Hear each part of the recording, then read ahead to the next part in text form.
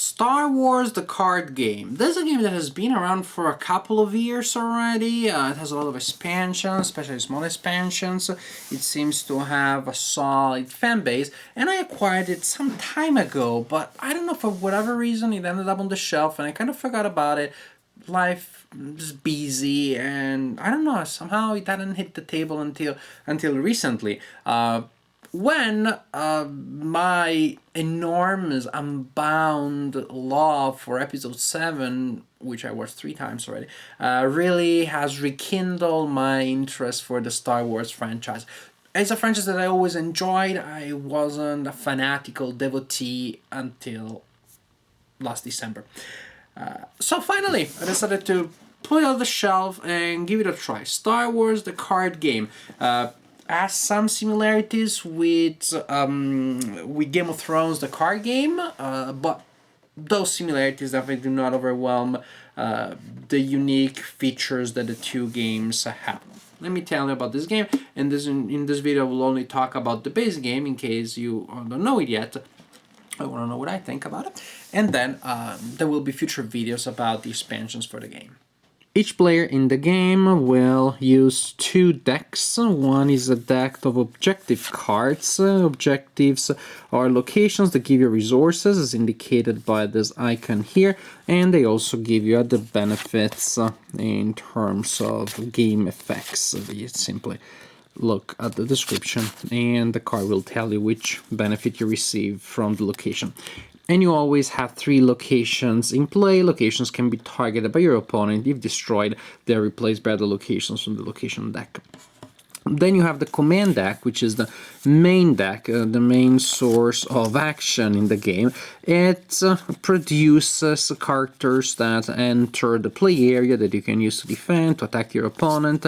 It produces game effects, actions, interruptions, upgrades, all sort of things, extra locations, all sort of things. This is really the main thing, the main deck in the game. Now, you can play with customized decks following rules in the rulebook. You can form your own deck, or you can use pre-made decks that are described in the rulebook. When playing games of this kind, I always use the pre-made decks. I want to play the game, I don't want to play the meta game, so I don't want to have to worry too much about crazy customizations, but you can play it that way if you so wish. You also have these nice cool play rates with the phase sequence. In fact, there are quite a few steps for each turn. Starting reserve, that's basically it's a fancy name for saying size of your hand, number of cards you can have in your hand. There are also the 2 interesting components. This is the Death Star that is being built during the game. At the beginning of each turn of the dark side player, this is moved by 1. This dial is moved by 1. Here you have a tile that represents the balance in the force. When this side is up, it shows that overall the force is leaning towards the bright side, the light side, and if this side is up, the force is leaning towards the dark side. If this side is up, when the dark side player moves the dial, the dark side player moves it by an extra click. The dark side player wins if and when the dial reaches 12, then the Death Star is ready, operational, and the dark side wins that game. You also always win if your opponent doesn't have any card left in their deck to draw. For the light side, it's a matter of destroying objectives of the opponent. If the light side player destroys 3 objectives of the dark side player, then the light side player wins. So completely non-symmetrical, different objectives, different victory conditions that will result in very different play styles. Now, back to us. When it is your turn, you first check the balance token and you resolve the effect if you are the player that can resolve that effect. So if you're the light side player and the side is up, you get that benefit, which is you add one of these tokens, which is a damage token, to one of the objectives of the opponent. So that's good. Objectives have a number here that indicates the number of hits that they can take and that it takes to destroy them. So when this objective reaches 5, it is destroyed. So it is good that if the light side is up, the light side player gets to damage, if just a little bit, one of the objectives of the opponent. The biggest benefit, of course, is to prevent the dark side player from building the Death Star too fast. So you check the balance in the force, and if you're the light side player and the light side is up, you get the benefit, and if you're the dark side player and that is side is up, you get the benefit. Then we have the refresh phase. During the game, when you have characters that you're using to perform actions, such as this one, or let's see if I can find Obi. I'm using the Jedi deck. Here is the old man. No disrespect meant, dear Obi. When you use characters, you commit them to actions. You exhaust them. You place those tokens there. And because of game effects or other particular situations, they may even be multiple ones. For you to be able to use a character, the character must not have any of these tokens. So during the refresh phase is when you're allowed to remove a token per card from all of your cards in play. So that means that if there is more than one and you do not have a game effects to speed things up, it will take a couple of turns before you can completely refresh the character and use the card again. So that is what happens during the refresh phase. Draw cards, self-explanatory. You can decide to discard a card and then you discard more or you draw until you have a hand of 6. That is your initial value. Your hand size may be different depending on game effects. Then we get to the deployment that together with the conflict is really one of the most important elements of the turn and of the game. Deployment is when you place cards on the table. To produce cards, to take cards from your hand and put them on the table, you need to produce resources. And main source of resources comes from your objectives. There may be, again, other enhancements, other things that you bring to the table that give you more resources. And the cost is printed there. So to put Obi-Wan is pretty expensive, especially with the limited resources of the Resistance. Other characters are less expensive. And not only characters have costs. Well, luckily enough, some of these don't cost anything, but a lot of these do have a cost, but the cost varies greatly. So you need to produce that cost to play an action. If there is a cost, put a character into play, add an enhancement, add an upgrade to that character. Now, when you're deploying cards, you also have the option of assigning them to the Force. Each player has 3 cards that represents the force, so I should say the strategic aspect of the conflict. The other player has 3 cards that represent the dark side, and again have no intrinsic meaning specifically per se. You could even think of them as tokens. You could think of them as slots on the on a board. All that they do is to indicate that if you place a character there, the character is being used to work on the strategic side of things. The character is not in the first line of battle, it is working in the sidelines, maybe doing espionage, meditation, manipulating the force in whatever ways. So there will be an advantage later, but in having characters assigned to these cards. But the trade-off is that then when you are using these characters for actions, so when you're recalling them from wherever they are and you throw them into battle, then they take more exhaustion. They take twice as much exhaustion as they normally would. So they take 2 exhaustion tokens instead of 1. So it's good because they're working on the force, bad if you're forced to use them for something else. Back to us, so we deploy cards, we may deploy them here in the force, we may deploy them in our main play area. Oh, here's Luke Skywalker, man of the hour. Here you go. And then you probably will want to do something with the cards that you have so aptly deployed. You may want to use them for conflict, so you can use them to attack. When you are attacking, you simply declare the cards that you're using. Suppose that, yes, we decided that we want to use her even though she is in the force, and we declare the objectives. Then the opponent has a chance of responding by putting characters of their own that are on the table close to mine to indicate the fact that now they are engaged, they are participating to the conflict. And of course, this time there may be other instantaneous effects, interrupt effect that may take place. But the main idea is that during the conflict, I get a chance of assigning some of my people to attack your objectives, and you get a chance of responding.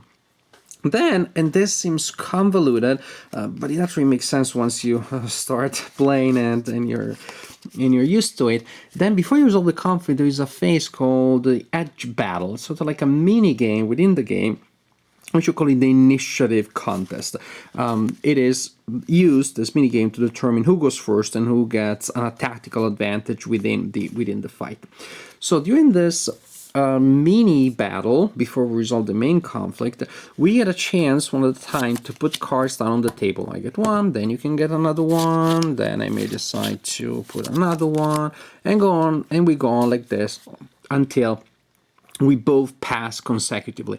At this point, we reveal the cards that we put in those decks for the mini game, and we only look at this part of the card here. These icons here represent force icons.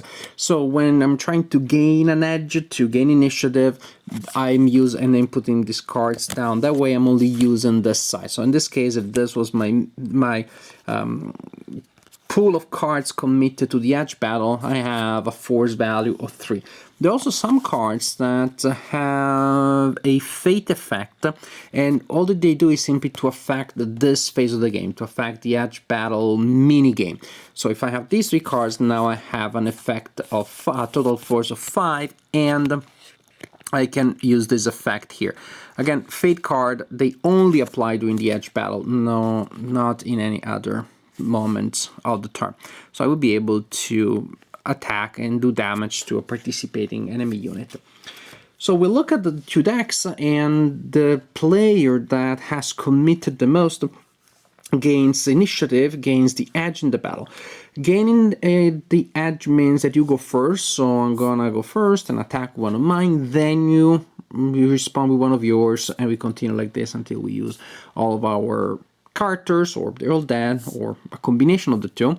Also, there is another important thing. You can see that there are icons here. These icons indicate the actions that the characters perform during the conflict, but there are 2 types, the black actions and the white actions. The black actions are normal actions. The character always takes them during a conflict, when the card is activated, of course. The white actions are actions that the character takes only if the side that the character belongs to has the edge, has the initiative. So if I have the edge and I'm playing Skywalker, well, first I get to go first, and Skywalker can use all of these 4 icons. In this case, all of these 3 icons, if I have the edge, this character doesn't change depending on the edge. There are characters actually that only do stuff if you have the edge, otherwise they just sit there and they can't really do anything. Obi has 2 icons for always when activated, plus 2 extra ones when the side that Obi is fighting with against initiative has the edge. And then simply, once you have committed your card, you resolve all of the icons that apply. These blaster icons indicate damage that you apply on participating enemy units.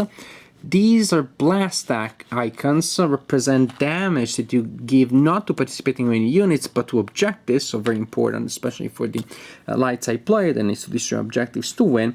You also have these icons here that represent these exhaustion tokens that when you resolve the icon, you place on cards of the opponent. So basically you're gaining a tactical advantage that will slow down future actions from the opponent. So we go back and forth, destroying, defending, attacking each other, weakening our resources, trying to attack and destroy objectives for the light side, trying to defend and to delay if we are the dark side, because all we want to do as the dark side is simply to build our Death Star. And that is how you resolve the conflict phase. Then you have the force, which is when you look at the cards that you committed to the force. for both sides. And suppose actually we had committed hobby. And then we look simply at the force icons of all the cards committed to the force. In this case, I have 1, 2, 3, 4, 5. We see how many the opponent has, and we see who has the advantage in the force. If the side that has the advantage now is not the one that has the token facing their way, then we flip it. For example, if this is the situation and I am the light side, and I have more force than the opponent, in this phase at the end of the turn I get to flip this token here this way. And next turn, at the end of the next turn or the next player's turn, we get to check again to see if it is the dark side player that gets to flip the token. If there is a tie in this phase, then the token remains the way it is. So once you gain the advantage, the opponent has to exceed your force in this phase of the turn to regain the advantage. So, as I mentioned briefly, when I was reading the rule book, I was thinking of Game of Thrones, the card game by Fantasy Flight. One of the designers is the same. But just because there was the general idea, you have some cards that have locations, some cards are people that get on the table and attack other people. But then I thought, but that's really a common idea in games in the last 20 years or so. And in fact, any similarity, well, possibly not coincidental, is very general and vague enough to make these two games very different from one another. The feel is very different. Again, they may not be coincidental. There's this general engine which has been very successful, applied to a million games that do not look like one another necessarily, and this is just one such game that relies on the idea of the dueling card game, but does it in an original way and does it in a very thematic way. So thematic that some of the things feel a little counterintuitive. The dark side player may have a hard time not necessarily playing the sense of like the cards are not balanced or something like that, but simply figuring out what to do, because the temptation of going up there and attacking and destroying objectives is very big. But that is really not the point. If you think about the movies, the dark side may destroy the base on Hoth, but we're the rebellion, we run away with Leia, Han Solo, and Luke, we all make it out, so that's what we need. We can relocate somewhere else. This idea that the rebellion is fluid, can disappear from the radar and then come back in unexpected, powerful, concerted attacks is very thematic. It follows the movies very well, and it is well represented here in the fact that the two sides play in completely different ways. So really the dark side needs to be defensive, with some punches thrown in here and there, but mainly the dark side needs to prepare powerful defense when the rebellion does come out of the woodwork with a combined attack of individuals and X-wings, which again really represents that synergy that you have in the movies between actions that revolve individuals on the planet or inside the Death Star and the space battle around it. You have all of these elements, you have all of these things here, and again, that is what the dark side player has to worry about. Defend against that and possibly invest in the dark side of the force, because speeding up the construction of the Death Star by having the force leaning towards the dark side is powerful, and if nothing else, it drains energy from the light side player. If the light side player manages to not to have to worry about that and has resources to spend on mounting these attacks, then those attacks can be pretty powerful, and in fact in not too long the light side player will get an advantage. I would simply say the light side is more intuitive to play, because that's what you expect from a battling game. Try not to get destroyed, hide or avoid attacks whenever you can, and then attack.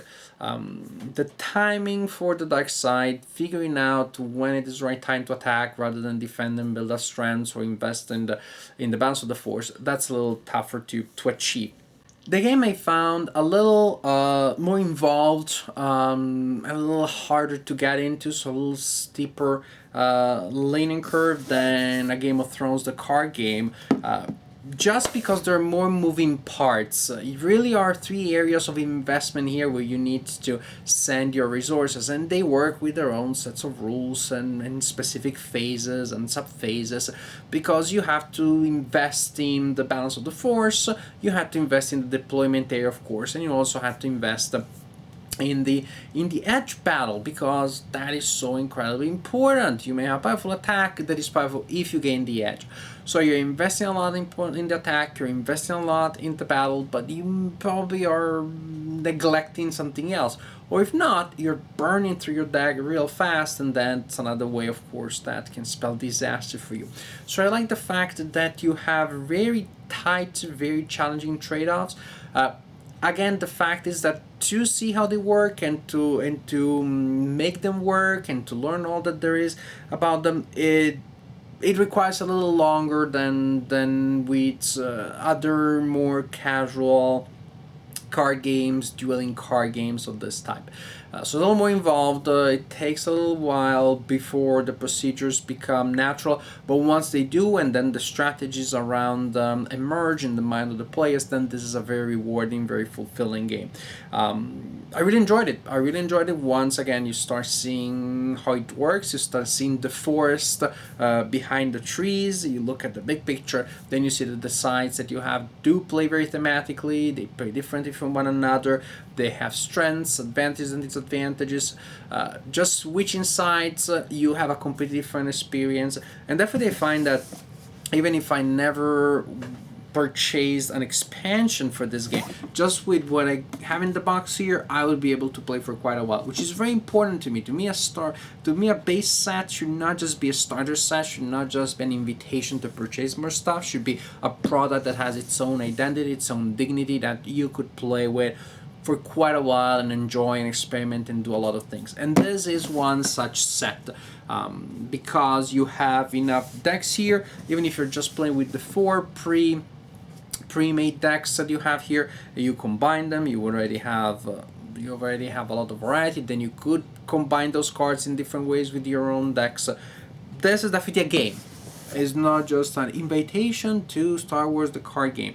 It's a game, which then you can expand, you can add to, but it has its own dignity as a product. I would say personality. It has its own accomplished profile as a product. It is a game in the sense that it is a set of rules and procedures and components that have a personality that result in a game experience which is different from that of other games. It feels very thematic, so I think the Star Wars fan will be pleased. And in any case, just fans of card games that present the player with tough decisions, with interesting hand management, resource management problems, they will be pleased with this. There's a bluffing element that I like very much when it comes to the edge battle. So there's a little bit of the mind reading. You will need to do a little bit of some Jedi tricks yourself if you want to outsmart your opponent there and steal the initiative or make them waste a lot of resources in a situation that you're not going to commit much to. So there are many levels, many layers that definitely make this a fun, interesting, and pretty rewarding game if you're willing to put a little bit of work.